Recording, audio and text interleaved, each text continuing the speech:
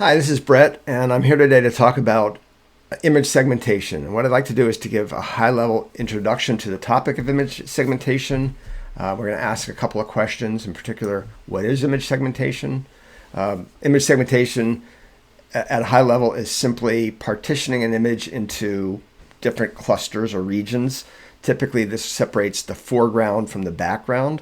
Often this is a binary separation, so they end up with a logical mask of an image.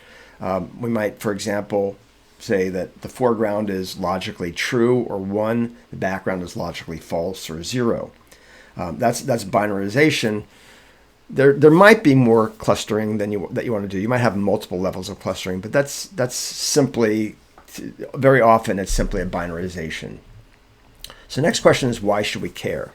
This is an easy question. I'll say that I've been doing image analysis for over 30 years. I've looked at a lot of different image processing problems and image analysis problems.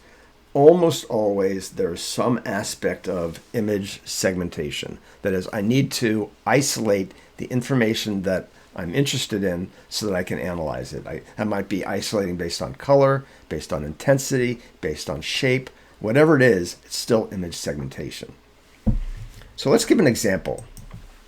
This is an image called rice.ping that ships with MATLAB's image processing toolbox. And we want to ask the question, how many grains of rice are there in this image?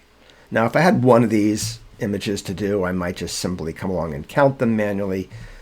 But let's move on. Let's say that we have a lot of these images to analyze. We have a lot of images of rice, and we certainly don't want to do that manually. This is certainly an automatable problem. So one thing I'd like to do is to recognize first that this is a uint8 image. That means that the intensity values are integer valued, and they range from 0 to 255.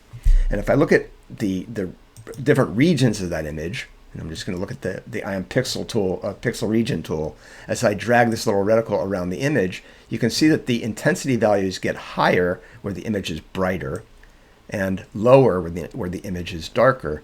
So it might suffice simply to set some kind of threshold. And let's say, for example, looking at this, that we set a threshold value and we say, I don't know, maybe at 150, set up a threshold of 150, anything above that threshold is true, anything below it is false. That might work. Another thing we might do is look at a histogram of the image, of the intensity values in the image. And here you can see again, there's this clustering of pixels that has an intensity value above 150. And let's just say that we manually want to select that value and show the image wherever that image is greater than 150, we want it to be true. Wherever it's less than 150, we want it to be false. And that is our first segmentation of this image. Now, we did a really nice job on top, but you can see that we've also under-segmented the bottom, so we didn't do a very good job on the bottom. That reflects the fact that the background intensity value is non-uniform. We can deal with that, and I'll show you how to deal with that in just a moment. But we don't typically want to manually have to select those thresholds. One thing we can do is to use a function called graythresh. Graythresh returns what we call the Otsu threshold value. So the graythresh is going to look at that histogram of intensities and automatically select that value for us. So if I do this, you'll see that Otsu threshold value is 131. And if we use that value, we get a better representation of the segmentation mask. Now, still some problems here. We still segmented the bottom, and we actually started to over-segment the top. We've got these regions that we don't want to count. So if we're just counting blobs, we're going to overcount up here and we're going to undercount down here. Now, first of all, let me point out a couple things. This process of setting this Otsu threshold and then creating this logical masking of the image is captured in a function called IMBinarize. So if I use just IMBinarize the image and return a BW matrix, I get the exact same value that I showed up here.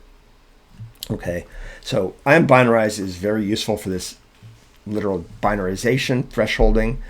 If we look at the documentation for IMBinarize, there's something else that I point out here.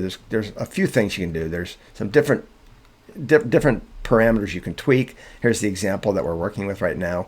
But notice that there's this alternative syntax for using adaptive thresholding. And if I come along and just say I am binarize adaptive, we get a much, much better segmentation mask of that image. Okay, so our goal here was to count the number of grains. If I count blobs, I'm going to way overcount because I've got all these little noise in here. This video isn't about filtering or post-processing, but I'll just say really quickly, if we just did a search of our documentation, for example, for how do I remove small objects from a binary image, I find my way quickly to BW area open. You pass in a binary image. You say what's the smallest blob you want to, or the smallest blob you want to keep, and it passes out another binary image with those small blobs removed. So for example, we've got our binary image BW. I'm going to say let's get rid of anything that's 10 pixels or smaller, and now we have a really nice representation of our segmentation of our rice grains. And here I just used an IMI overlay to show that. If I just said IM show BW, we should see the binarization. These are just different visualization approaches. I can do a label overlay that allows you to set the transparency. Just different ways that you can visualize your results. So that's our segmentation mask. We asked the question, how many grains of rice are there? Lots and lots of ways to do that, to solve that problem as well. One of my favorite ways is just to count the number of connected components. So BW concomp, and you can find this in the doc really easily as well. BWCC equals BW concomp, and you'll notice that one of the outputs is number of objects. So we can quickly see that we've detected 96 grains of rice in that image. Okay, so that's pretty straightforward. One thing I like to point out though is that there are a lot of tools that make this even easier. And in fact, if you come to our apps toolbar and drop down, you'll see that there are a lot of different apps that extend the image processing and computer vision tools in MATLAB. Here, for example, is a color thresholder tool. We'll talk about that in a moment. There's an image segmenter tool. That sounds very useful for segmenting images. So let's come back and let's pass that image, the grayscale version of that image, into image segmenter. And here we'll see again, well, first MATLAB's going to ask us if we want to adjust the intensity range. You can say yes or no. It doesn't really matter for this case. But you'll see that there's lots of different approaches to solving this problem. Here, for example, is our threshold. There's the global threshold that we looked at initially. Here's a manual threshold, and I can specify the sensitivity. Here you can see I'm way over segmenting the top to get a good segmentation in the bottom. I'm perfectly segmenting the top, but I'm under segmenting the bottom. And then when I do my adaptive threshold, I'm getting a really nice result. I can show the binary, and very, very conveniently, once I have this, I can export not just the image, but a function that allows me to automate this process. So if I have 1,000 of these images to solve, I create a function called segment image, or whatever you want to call it, and I just, in a for loop, can pass over all those images and create those binary masks. Okay, so let's look at another example. That's a grayscale image, pretty straightforward to threshold it. What happens if we have color values, for example? So in this image, what if we ask the question, how many green chips are there? So that's a little bit more challenging. So we looked at the IM pixel region for rice.ping. Let's look at it for this one as well. And you can see that we've got a slightly more challenging problem, because while this is also uint 8, 0 to 255, we have 0 to 255 for red, green, and blue. And let's see if I drag this around. You can see that it's a little bit more challenging to select a threshold, because we really have to find 3 different thresholds that give us, that differentiate yellow from red and yellow from orange, and etc. So how do we do that? I already pointed out that there's a color thresholder app. So let's see what happens if we pass that image into the color thresholder app. It's actually a pretty easy problem. And you can see that you can look at this in multiple different color spaces: RGB, HSV, YCBR, CBCR, or LAB. You can probably solve this in any color space. Let's just select one. Let's just select. You can see that our red, green, yellow, orange, blue are all very nicely distinguished here in HSV space. So if I select this color space, I can just interactively start playing with different threshold sliders to set those HSV values separately. So look, there's my green, starting to get that. One thing I can do is just select my little lasso tool and say, I want green. So let's find all the green pixels, and I can just start tweaking from there, right? Or my favorite way to do this, if I reset the threshold, is in this point cloud representation of our image. Whoops. Cancel, sorry. Let's try it again. I can just select all the green pixels just like that. And very quickly I've isolated the green pixels. Just as I did before, I can show a binary representation. I can export not just the images, but a function. It's automatically going to capture those multiple thresholds for me. I can save this, for example, as create mask, or if I wanted to, create green mask. I've already saved this, so I'm not going to save that. But before I exit, let me just show you also that I can very quickly find yellow, right? I can find orange, I can find red, I can find blue, and I can just tweak this and just create different masks for each of those objects that I want. Each time I can put out a different function, and very quickly I can analyze my image. So here, for example, I've outputted or auto-generated create green mask, and there it is. I can show my image next to my segmentation mask of my green. Very, very convenient. And just like we did before with BW ConComp, I can see that there are 6 green chips in that image. Nice. Okay, so we've looked at segmenting by grayscale threshold, grayscale intensity. We've looked at thresholding by color. What about, for example, shape? Well, let's take another look at coins.ping. And let's say, for example, that we wanted to segment everything that's a circle. So I have a lot of different circles here. I have a pen here that's certainly not a circle. Well, if I pass that image back into the image segmenter app, I'll just point out one more thing. I'm going to show you that there are a lot of different tools. You can try just auto clustering. That might give you what you need.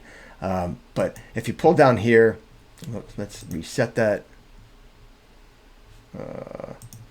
Okay, let's set that to a new segmentation, and let's come down and say, new segmentation. Let's come down and say we want to, for example, find circles in the image. And when I find circles, this is implementing something called a Huff transform. There's a function in MATLAB called IamFindCircles. Pretty straightforward. You need to specify the minimum diameter and the maximum diameter of what you're looking for. So let's say a chip is about 48 pixels across. So let's say we have a minimum diameter of about 45 and a maximum diameter of about 55. Great. I say go, and nothing happens. Well, very interactively, I can change the sensitivity. I start finding some of those pixels, right, or some of those tokens. I can change it, make it more sensitive. Just kind of play with this a little bit. All right, so now I have a sensitivity. Well, all right, so I'm finding these. I'm just finding the yellow ones. Why is that? Well, there's this parameter called foreground polarity. It's bright by default, but if I set it to dark and I find it again, now I'm finding the other tokens or the other chips. So you can see how interactively I can play with this a little bit. Just as I did before, I can create my mask, and just as I did before, I can generate a function. You'll see that this is calling IamFindCircles behind the scenes. Circles to masks created my binary representation of those circles. So that just shows you another way of how you can segment your image. There's other things you might have seen in there. There's a segment SAM. SAM is a segment anything model. This is a deep learning approach to segmenting. If you have our 2006A or later, we introduced a tool that segments circles based on using a YOLO model. You only look once. So there's lots of different approaches. In fact, I think what I'd like to do is to finish up by just showing you or sharing with you the documentation for image segmentation here. So if I pull up to image segmentation, we have really nice documentation. You can see the apps that you can use for segmentation. We already talked about some of these. I am SegSam for the segment anything model. Lots of different approaches to segmenting, segmenting by grade connectivity, watershed, active contours, lazy snapping, grab cuts. So all kinds of things you can try out, and then different visualizations. Also, some really nice examples to get you started. Sometimes it's easier just to look at an example and find something similar to what you want to do, and just step in, and you can start modifying our code or just learning from our code. So that's about all I wanted to say about image segmentation. I'm going to say thank you. I hope that was useful, and see you next time.